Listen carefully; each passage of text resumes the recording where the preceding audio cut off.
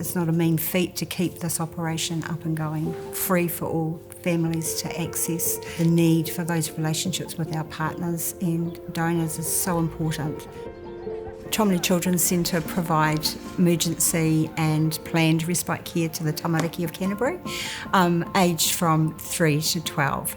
And we've been doing this for about 98 years.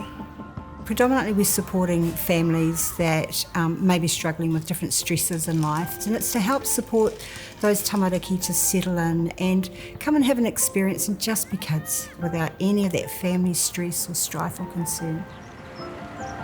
The long-term relationships that we have with organisations such as ILAM Toyota are so valuable to us.